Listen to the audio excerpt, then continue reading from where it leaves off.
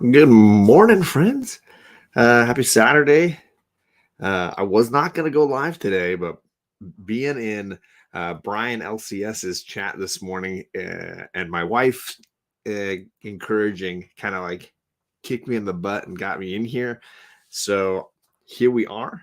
It's gonna be a it's gonna be a slightly different Saturday show because we do have sick kiddos. One sick kid these days. Nothing really bad, nothing really scary, nothing really dramatic, but enough that we can't really be in proximity with one another right now. So it makes for an unusual Saturday show.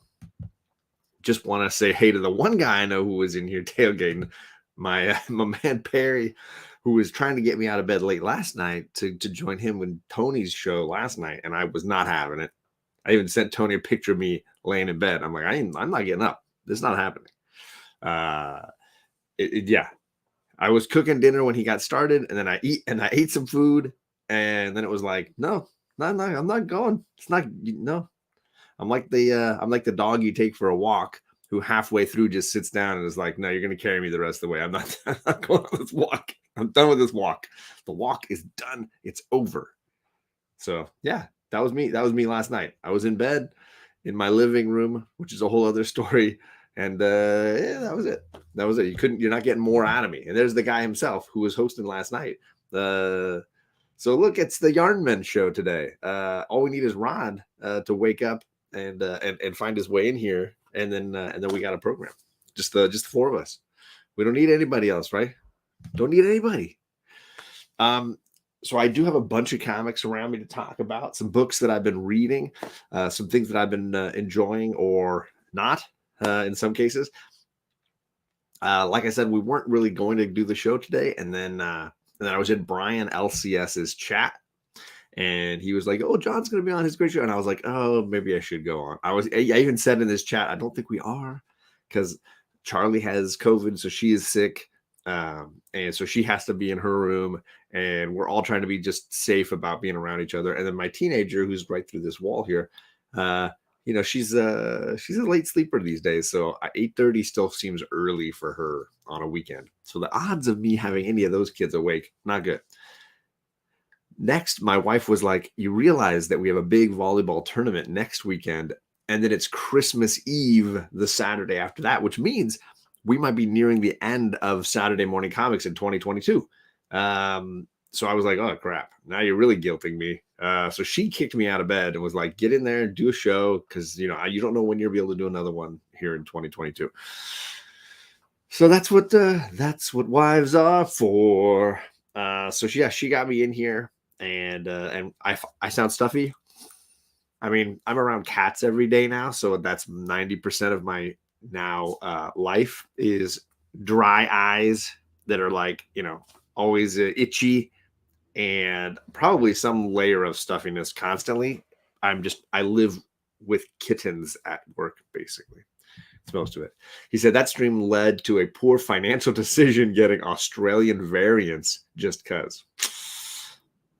Drinking and hanging out late at night and purchasing all of these things don't go together well. It's a bad combination. But anyways, happy Saturday. My wife's making me something to drink. I think there's a latte on its way to arrive in here at some point. I got my purchases for this week. I don't have the little that Old Wolf usually does. So I'll have to, do my best without it. I got some trades and things for Black Adam that I've been reading that I want to jump into right off the bat. And I also have so I got a lot of DC to talk about. A phenomenal Nightwing annual from a week ago, that I still am just geeking on, that I do think is absolutely stupendous. But let's get into it here. I was gifted the Black Adam hardcover or slipcase set that they basically released for the movie, and it included three. Here's the latte. Here it is. Oh, and it's the Ted Lasso mug. AFC Richmond. Thank you. Oh, I feel a sneeze coming on. Oop. It's the kittens, I swear. Ooh. That was nice, though. Good morning, JP. What is up?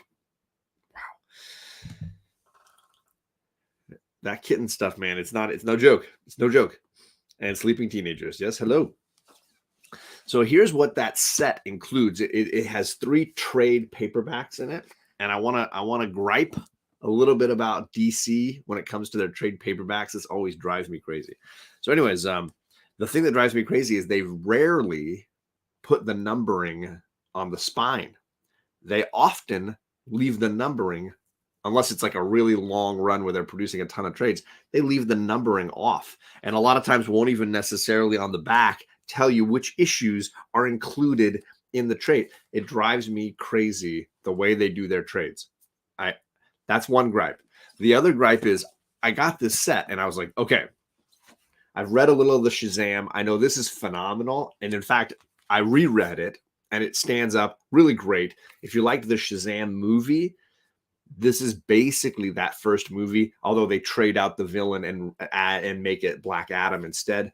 Really, really a great book. So in this box set, this is the number 1 book for me. This is the best one in this box set. I loved it. Fantastic.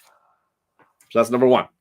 Number 2, they had Black Adam JSA, and I will say the art in this was distractingly frustrating to me. I did not like the artists, and I'm not familiar with them. Their names are Michael Bayer and Keith Champagne. If anyone in the chat knows them, I find it very like I don't know. It just feels like bad 90s artwork with like big fake looking boobs and weird muscles, and I don't know. And the faces are just strange. I don't know. It seems very cartoony, distracting to me. So I did not care for the art in this. The story is kind of interesting, and it has to do with Black Adam retaking his native country. Was it Kandak? Retaking it and becoming the leader and the powerhouse behind the country. So it's valuable story stuff for the history of Black Adam and the character. I just I felt like the art was just really distracting, and the story was pretty good. It was pretty good. I enjoyed it. I would say it's like a 7 out of 10.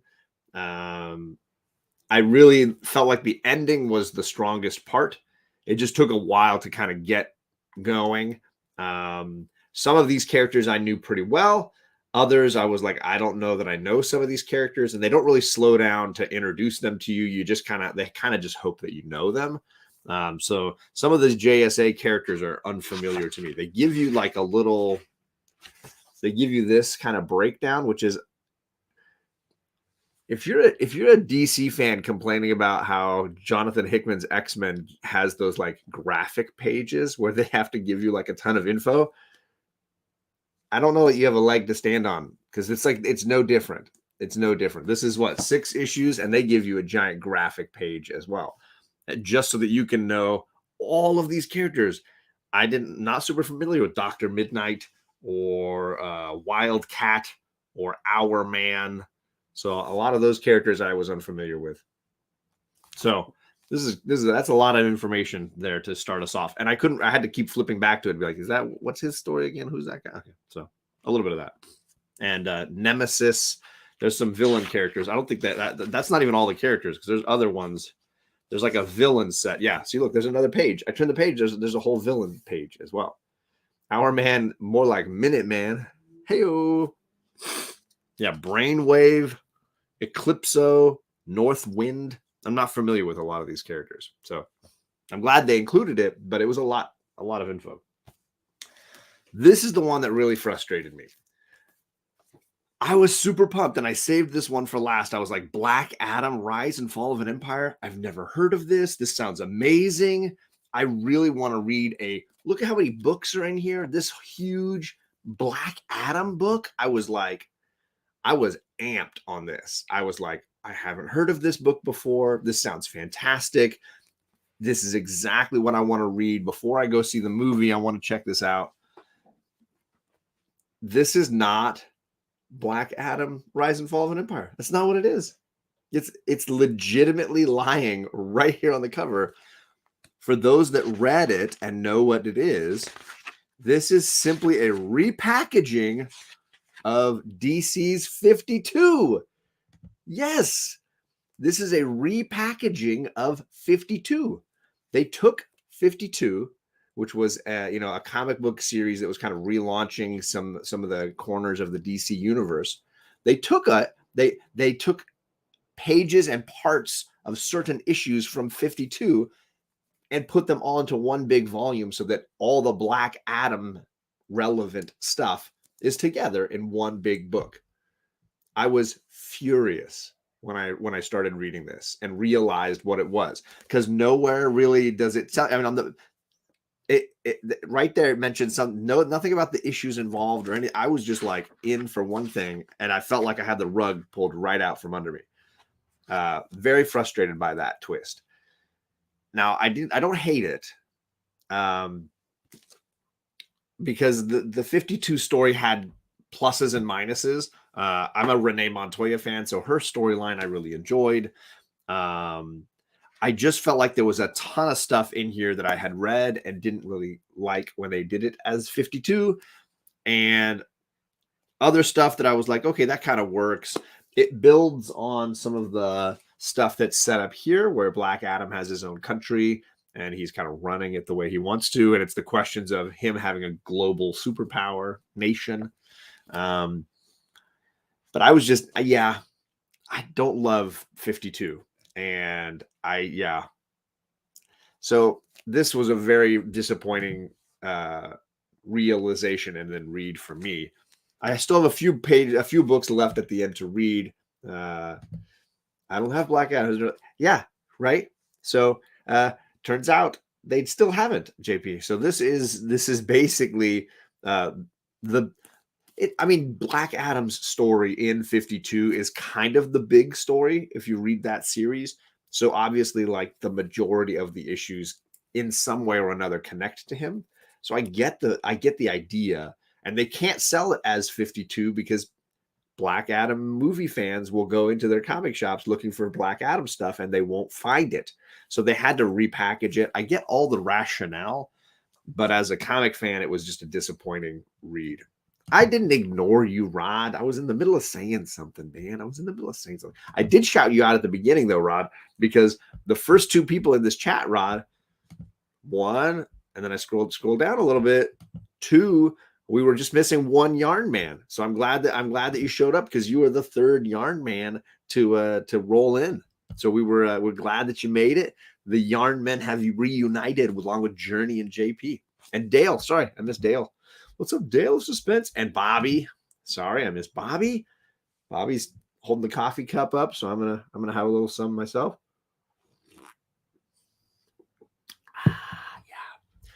So in the end, I would say if you are a Black Adam novice, I don't know that this is the set I would recommend for you. So this might not be the way to dive into the Black Adam universe. I would absolutely recommend starting with Shazam.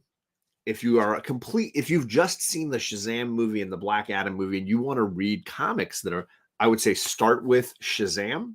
And if you enjoy that, then maybe try out this Black Adam JSA. I didn't love the art, but it might not bother others. And that, I think, would give you a better setup.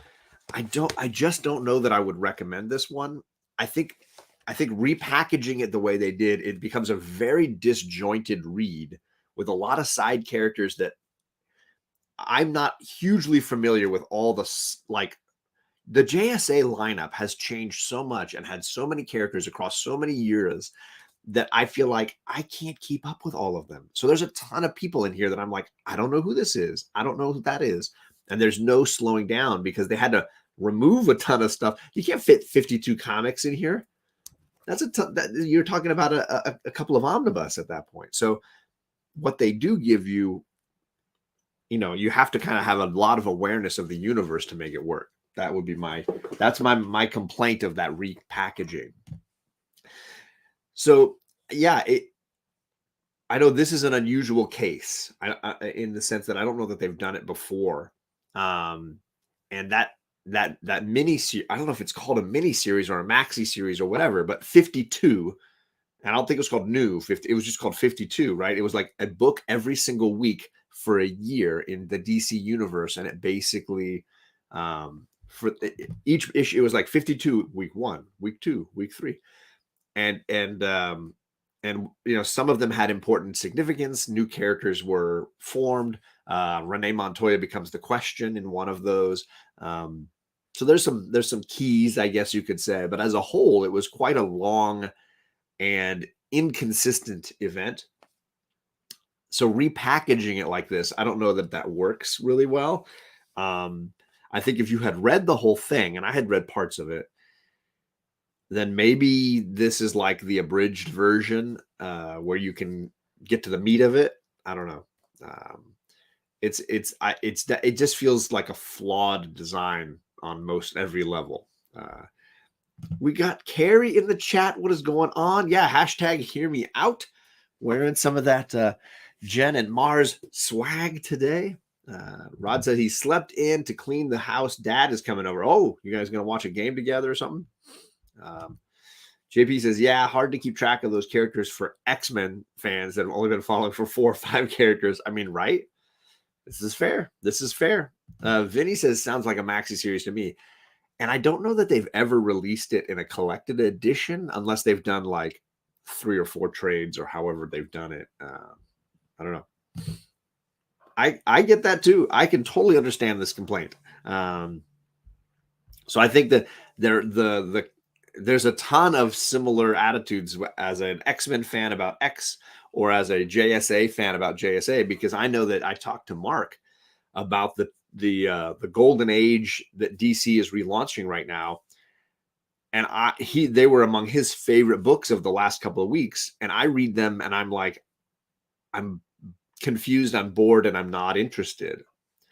So clearly the way I look at X-Men and the way he looks at JSA are through our own, blinders, our own goggles, right? That's evident, I think, by our passion for them, but also the inability of new people to find a way in, right? I think that's the reality. Because I read that first issue 1. Oh my gosh. Hi, Charlie. So she's in her bedroom. She's kind of quarantining. She's on her own. But she's got an iPad and she's able to kind of like be, connected to stuff. So hi, Charlie. Glad you're awake. I haven't made breakfast yet, as you can tell. What's up, Eric? How's it going? Journey says, I've been watching a lot of Comics Explained just to try to figure out where I need to jump on to understand any kind of current series.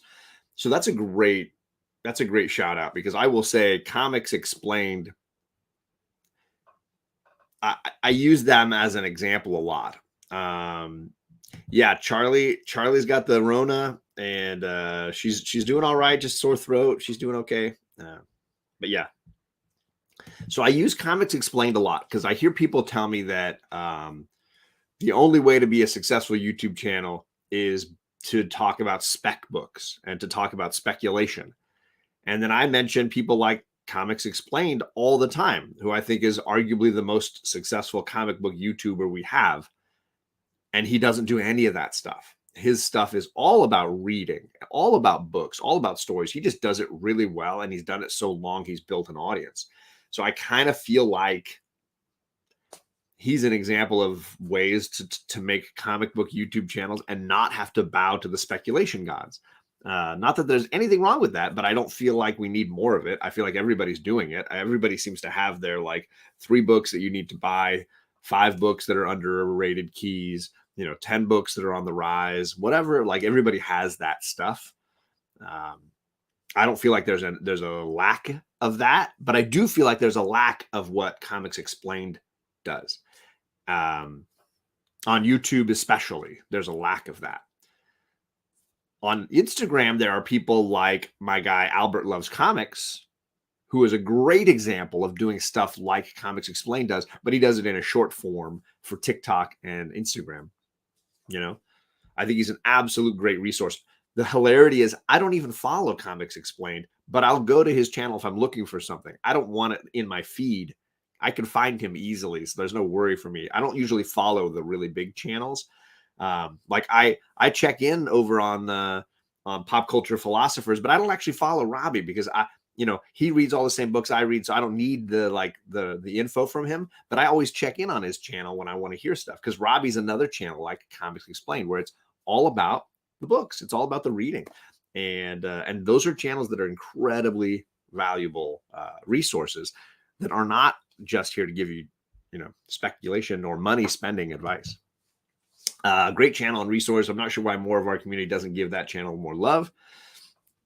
I agree. Ultimately, I think they should name the Lifetime Achievement Award after him because that's personally my feeling is that he has the greatest and best one out there. The PCP Army guys and specifically, obviously, Robbie, they're doing amazing work reading books and talking about the reading of the books.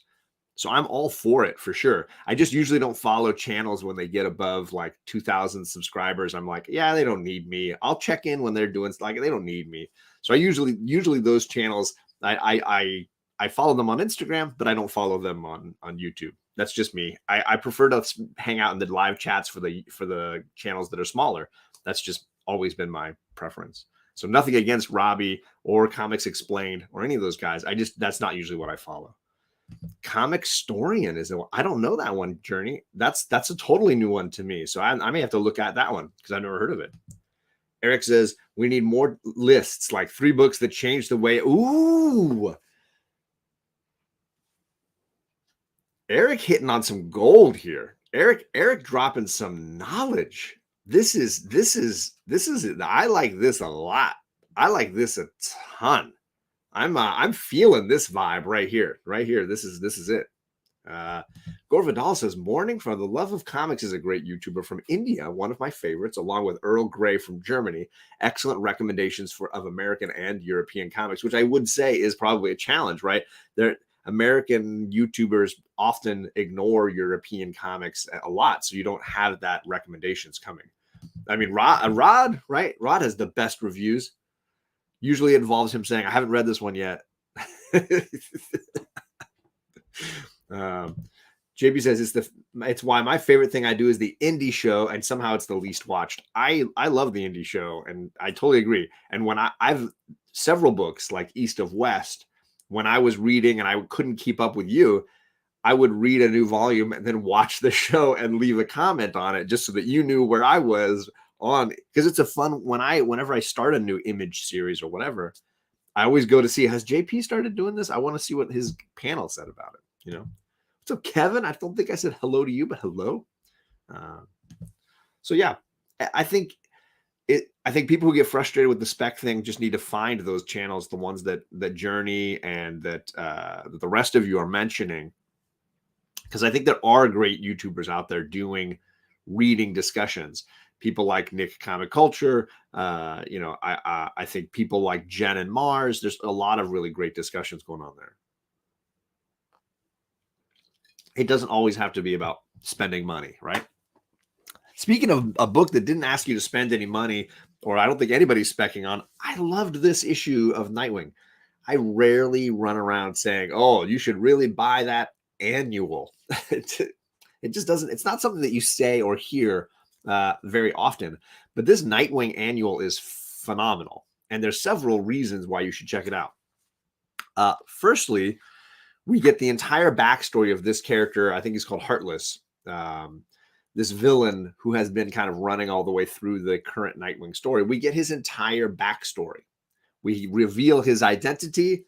We tell you his history and connect everything together to what will be the next arc of the character's journey. So that's awesome.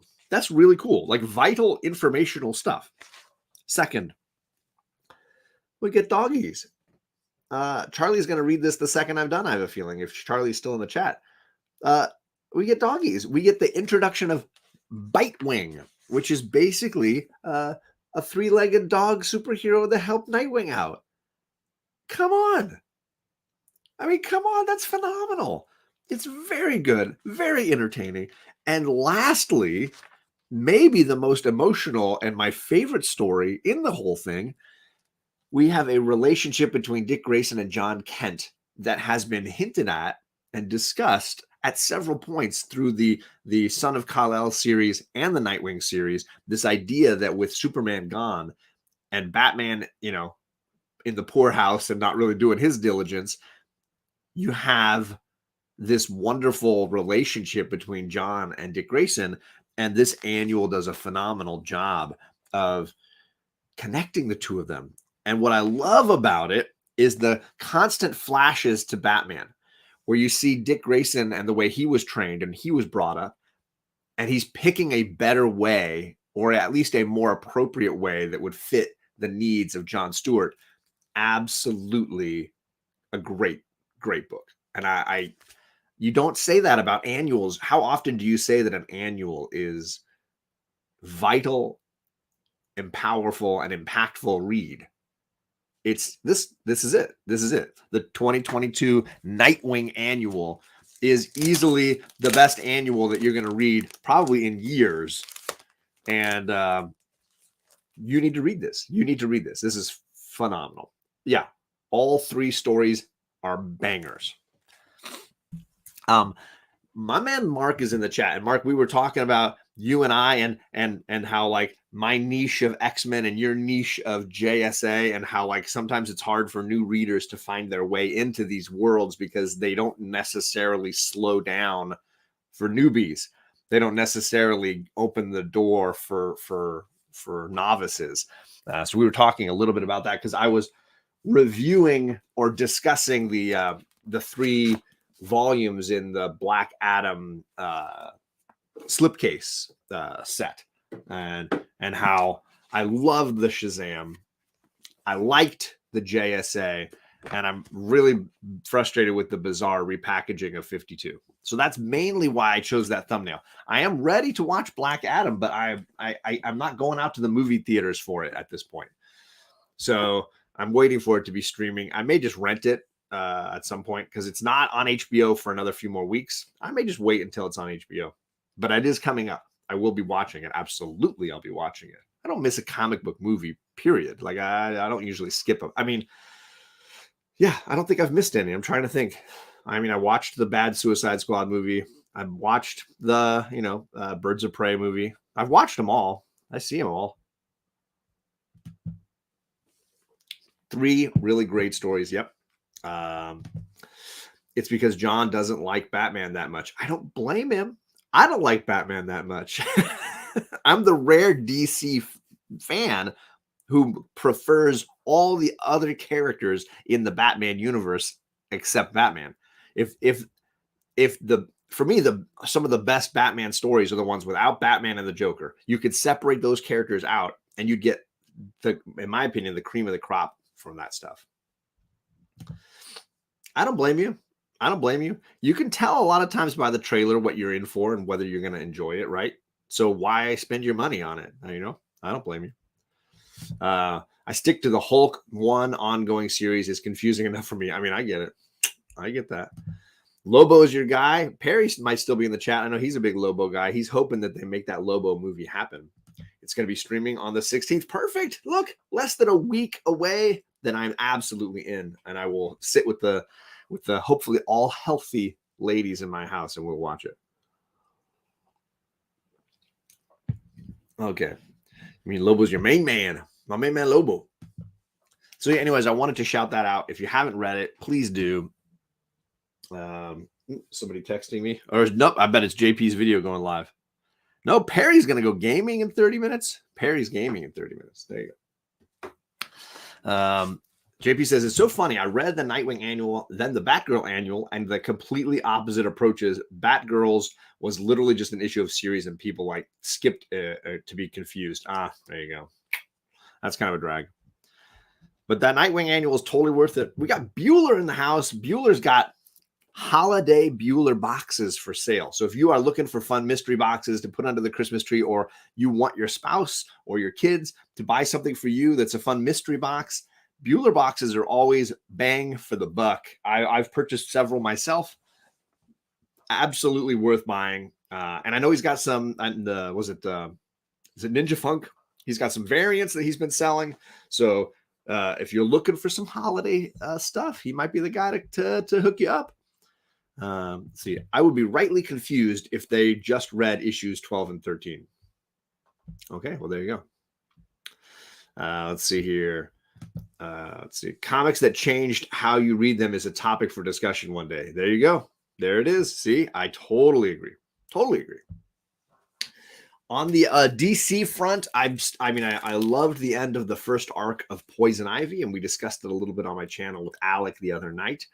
And I've got the new issue here, issue 7. I'm looking forward to reading that. I had to go with this funny Ivy sells out. She's like working at in the looks like the coal mining or some kind of like, industrial work that she's doing. Shill baby shill. So I had to get that cover. Although there's always I got issues mentioned in our chat Wednesday night. Poison Ivy probably has the best covers of any series going in 2022. I think every single variant is purchase worthy. Like the covers have been stunning, absolutely stunning. Bueller is influencing all of us to drink more coffee. That's the main influencing that I see Bueller doing is drink your coffee and hang out with your friends, which I'm on board. Sign me up for that.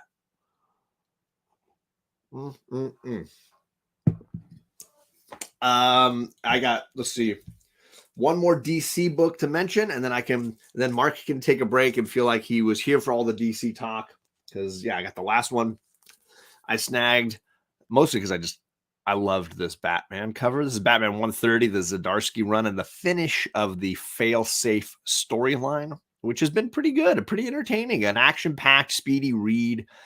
And who doesn't love an awesome Bat Cave with the dinosaur there? Come on, man. I almost bought the Christmas variant where it's like all the Bat family sitting in front of the Christmas tree. That was a really great variant as well. So I am all in on this first story arc. I'm very curious what Zdarsky wants to do with his second story arc. I haven't been reading Batman much over the last, I would say even 5 years. I haven't been reading a ton of Batman. So this has been kind of nice to dip my toe back in the water a little bit. Not a big Batman solo fan. Love the family more, so we'll see. Looks like Lamarck's into it. He's loving it. Let's see here. John influences me that you have a great channel without being a douche. I mean, he's influencing women to turn him down. There you go. So good. I love it. JP says, it's because of Ivy. If you can't make a great Ivy cover, you might want to rethink what you do. This is a real truth, right? If you can't make, it's kind of like Storm. If you can't make a great comic book cover with Poison Ivy or Storm, you might not be in the right business when it comes to making comic book covers. Loved most of the failsafe story, but that ending was confusing and odd. Okay, all right. Journey says, Bueller, I've been doing the same kind of influencing with the women. There you go. There you go. Some things never change, says Bueller. Detective Comics by Ron V is the must-read Bat title out right now. See, I really disliked the first 2 issues of his Detective Comics, and I just quit on it. So I'm clearly in the minority on that. I know Ron V is a phenomenal writer, and I like a ton of his stuff. I gave him 2 issues, and I was like, this is just a mess. It's just a mess. I didn't like any of it. Ooh. Now you're talking. Now you're talking, Bobby. So that's all my DC books currently. I did want to talk about a Marvel series that I went back and purchased. There weren't a ton of books on my pull list 2 weeks ago. And so I decided that I was going to go check this series out because I'd heard a lot of talk about it. And I heard that it might cross over with a book I am reading and a book that Rod has been reading and loving. I'm talking about Jason Aaron's Punisher. I'm a pretty big Punisher fan. I do like the character. I think he's interesting. And I love a lot of the mid 80s, late 80s, early 90s kind of stuff that the Punisher was doing. Specifically like War Journal, the original War Journal run, I really, really love. And I think it's absolutely fantastic. So this is the Jason Aaron era. They're on issue 8 now, and my LCS had issues 1, 2, and 3 still on the shelf. They did not have an issue 4, but I can read issues 4 and 5, I think, digitally on the Marvel app right now. I'm a Jason Aaron fan for the most part. I do love it, like Scalped and Southern Bastards, great series.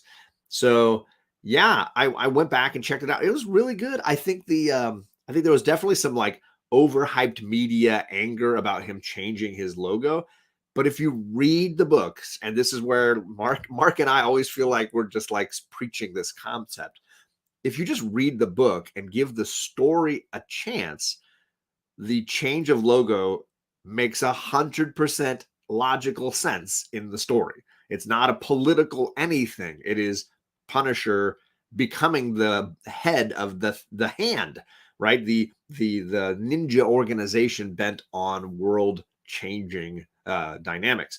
And I think his takeover makes total sense. I think the use of his family is fascinating.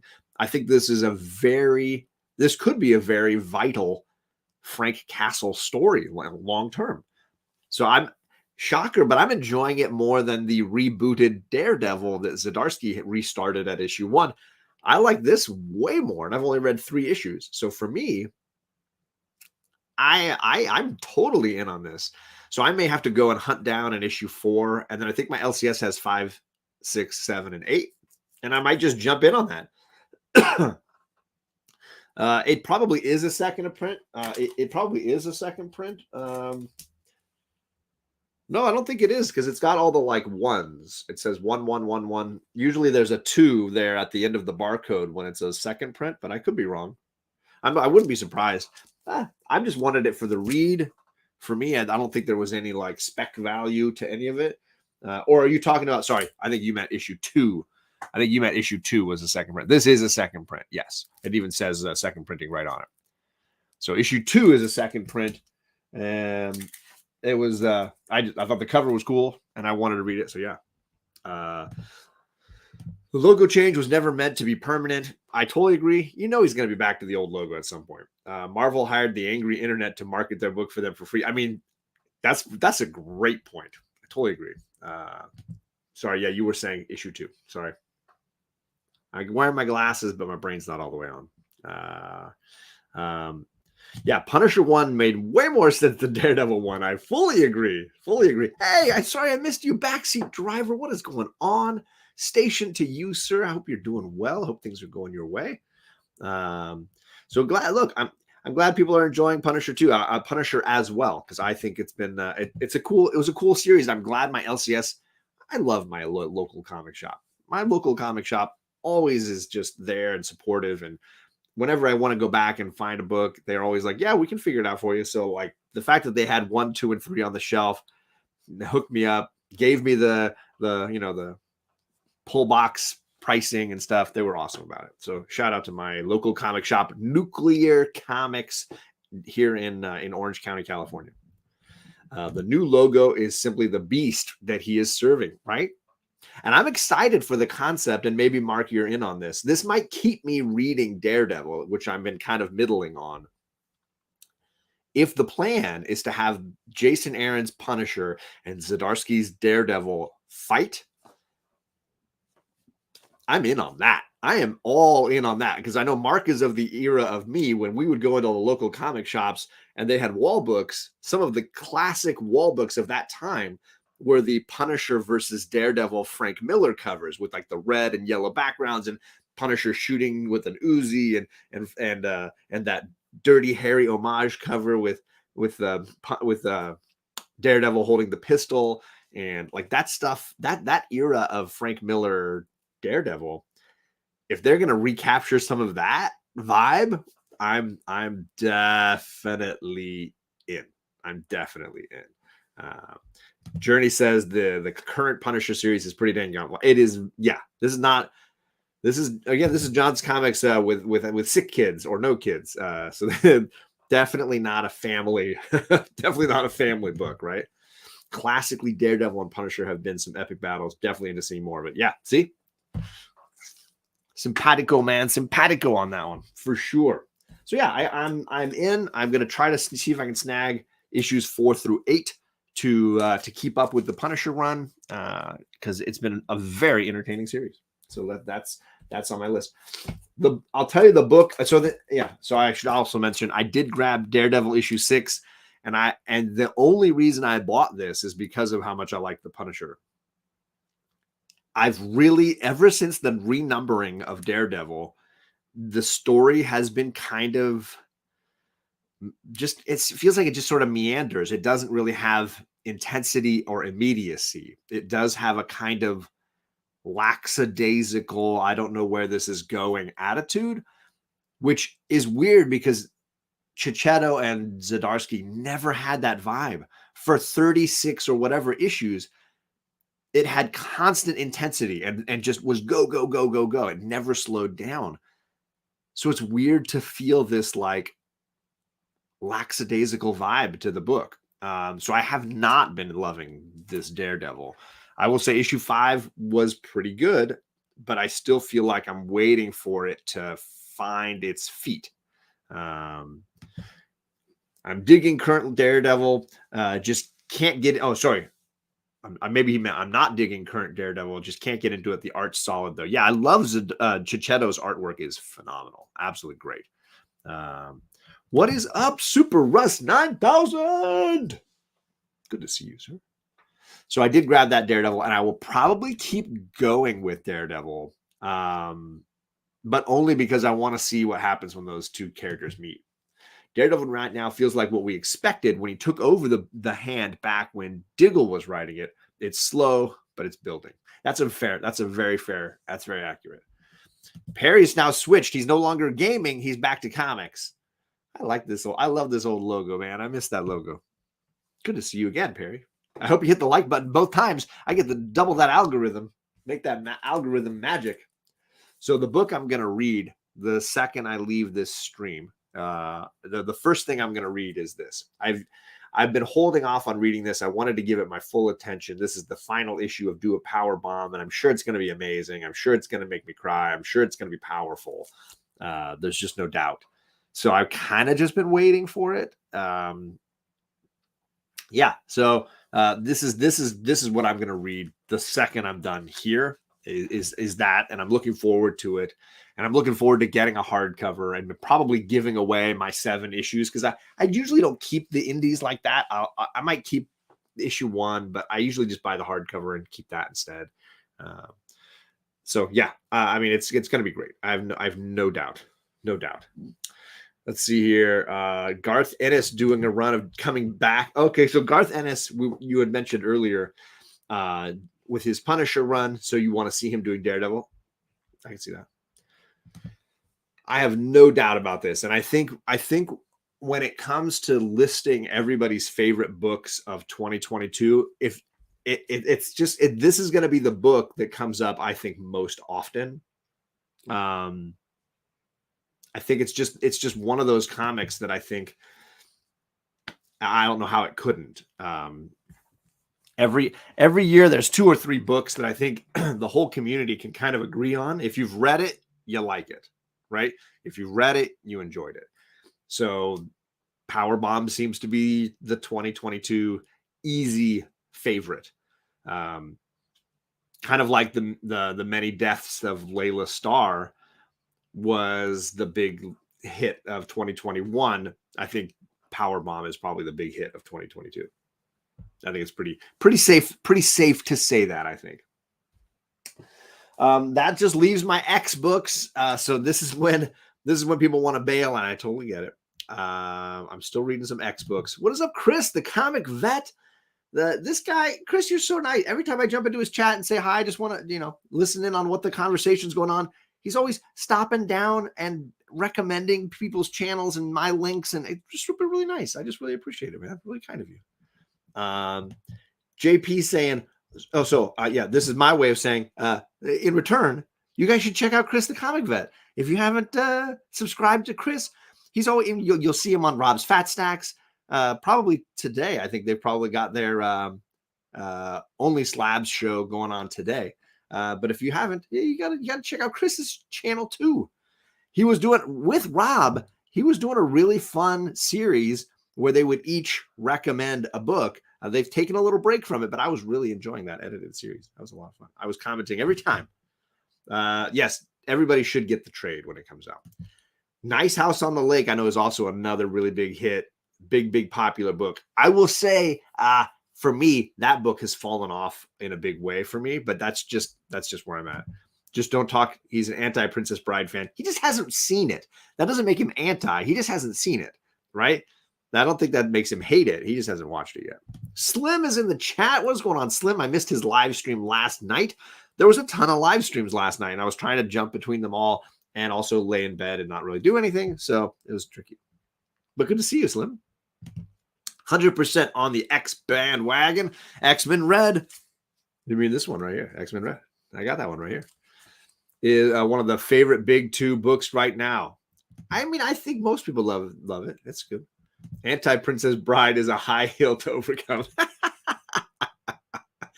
Got two more here. I got Four Colors saying he subscribed to Comic Vet. You definitely should. Neighbor to the North. Really, really great guy. What is going on? Kenneth Bird, good to see you.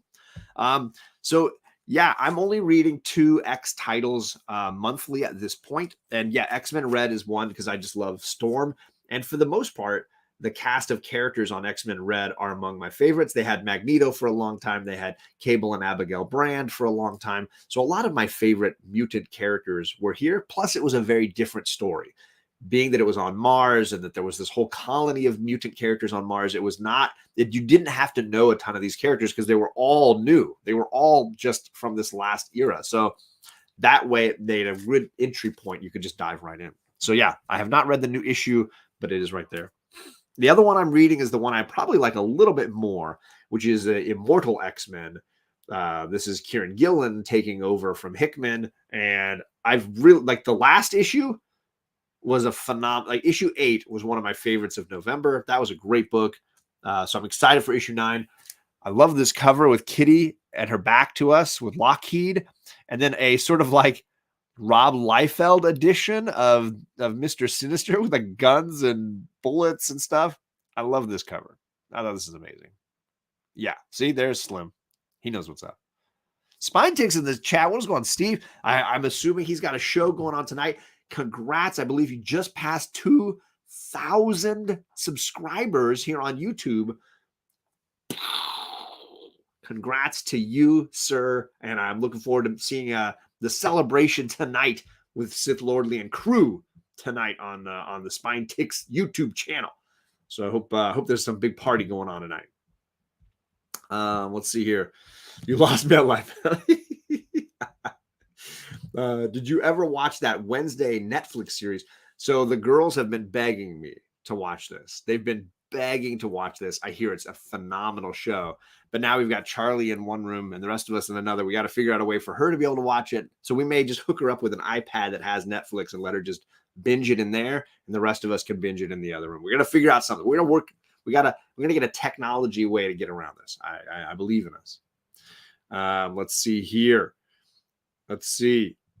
Regular show, unannounced 2K celebration will happen in the future, so the regulars have a chance to win. All right, good. But just huge congrats, man. That's a mega achievement. Huge. All right. Take it easy, Rod. Catch you later. It's a slog. YouTube is a slog. It takes a lot of challenge, a lot of friends, a lot of people that are willing to hang out. And the more you do live shows, like I'm sure Steve knows, YouTube has been shuffling live streams to the side more and more. So much so that they made a lot of channels have a live stream section, and they don't even put those in with your regular videos anymore. So if you go to my channel and you click videos, you're only going to get my edited videos. You will not get any of my live streams. You have to click live, and it's like over to the side, and you'll see those shows. So they're really pushing the live streaming to the side, which means my big recommendation is if you like watching live streams, the channels that do them, you want to hit the notification bell, and you'll get at least a little notice in all of your little stream so that you are aware of the shows you might have missed or the ones that are on right now, because the live stream thing it seems like YouTube is trying to steer away from it right now. Very frustrating. Just something to think about. Let's see here. Looks like Wednesday. Everybody's saying Wednesday is really, really good. You have to go to live and watch the live streams now. See, and if you hit the notification bell, at least you'll have a list. So what I can do is when I'm done with work, I go to my notifications on YouTube, and it'll show me all the people that went live, all the people that dropped their videos, and I can look down the list and see like, oh, I missed a show from the Comic Vet or whatever, and I just click there and I can go right to it. It's tricky. 10 subs and 8 of them were fake Gmail accounts. I'm very proud. Yes, shorts are very popular right now. So I've been trying to drop a few of those just to kind of like make a little noise and keep people, tuning in. What's up, K-pop? Good to see you. Let's see here. Yeah, mostly shorts. They want shorts and they want edited. They're trying to go that TikTok route a little bit. I think I make them when I feel like they're functional or they're funny. Because I want to keep the channel relevant, of course. But I love doing the live streams. That's what I'm all about. And I know you do the weekly live streams, and then he does a great job of like sprinkling in the shorts or clipping out the best parts or the favorite parts from his live stream and using those to do weekly videos. That's very clever. And IG is definitely pushing Reels still pretty strong. It's a great point. Great point. I am too long-winded. I can't do shorts. I know that. I know that about you. Brother Joe in the chat station to you. I hope you're doing well. We were talking about the PCP powerhouse army of reviewers. So glad to see you here in the chat, sir. That's pretty much it. I'm pretty much done. Those are all my books. I'm going to go read because I got 5, I think, books from this week that I haven't read yet that I'm looking forward to. And then apparently I got to watch Wednesday, and I got to watch Black Adam, and I got to watch a bunch of other stuff. So I got stuff to watch. Why would YouTube want to be like TikTok when they can be known for live streams? It sets them apart. See, you're speaking my language now. You're speaking my language. And I think the way for us to be the change we want to see in the world is to hit that notification bell on the channels that go live often, and then support that, and then show show YouTube that there's a big audience for that as well. Because most of what I love on YouTube, I would say more than 75% of what I watch on YouTube. I want to be in the chat. I want to be talking with all of you awesome people. So when I jump into a Legion of Comics live stream, there's a joy of listening to what they're discussing, but there's a whole other joy of talking with all of you in the chat. And that's what I'm wanting to be a part of. So the niche or the joy that I'm getting from YouTube is always in the live stream chat. I don't often enjoy making edited videos because I feel like there's no connection to my audience. You'll leave comments, and I love that, but it's so much smaller than, this chat alone, there's been hundreds of comments right here live with you guys. But I make a YouTube video and I might get 5 or 6 comments, and that connection is so much lessened. And I don't, I'm doing this for the social interaction. I'm not doing it for money or anything like that. So if I can't get that live content interaction, then what's the point, right? Damien's in the chat. He says, "Good morning, comics people. How you doing?" I will tell Charlie that I hope she feels better soon. I got to go feed the kittens at my school this morning. I'm going to shoot some videos for her so she can see cute kittens. So that's going to hopefully cheer her up a little bit. I just like the interaction in the chat. See, Journey and I, simpatico, speaking the same language right there. K-pop says, I end up meeting way more people just chatting around lives, and there you go. So my recommendation is, if that's you, if you're like me and K-pop, hit the notification bells on the channels that you appreciate seeing live most often. I've got those, my Spine Ticks one's always clicked. My Comic Vet one's always clicked. The Legion of Comics is always clicked. Perry, even though he's only gaming, I don't play video games. I still have his clicked, because when these awesome people go live, I want to be aware of it. I'll pause what I'm doing real quick. I'll jump into their chat. I'll hit the like button. I'll say hello. and then I'll listen while I'm doing whatever I'm doing. I'm washing dishes or hanging Christmas lights or going grocery shopping or whatever. So that's my preference. Again, that's just me. If you like the edited content and you want to be able to watch, that's a whole other thing, and I totally get it. So it's just not the way I do it.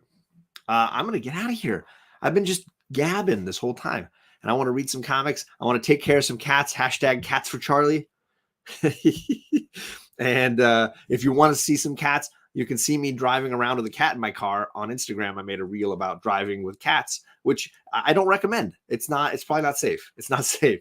And I'll see you guys all again soon. Next Saturday, we've got a big volleyball tournament, so I'm not sure how that's going to work. The Saturday after that is Christmas Eve. I'm not sure how that's going to work, but hopefully we will catch you all again here soon and get to hang out together. I'm on JP's channel tomorrow night for Dungeons and Dragons. I'm on No Good Comics channel on Tuesday night for Omni X-Men. I'm on Mr. Comics 89's channel on Monday night for the finale of Dr. Fate versus Jean Grey Phoenix. And you want to be over there for that discussion and that hangout and the reveal of the final votes. The tallies are going to be counted, and we're going to see who is the champion supreme in that battle on Monday night. And I think that's pretty much it for me over the next week. So those few things. If you need any of those links, if you need to know where to go for any of that, just hit me up on Instagram. I'll definitely let you know. I will try to hit a crit if I possibly can. You keep trying to draw me back into the World of Warcraft, and my wallet's not having it. But thanks everybody for hanging out. I appreciate you taking a little time to drop in and say hello, and we'll hopefully see you guys again soon. Bye.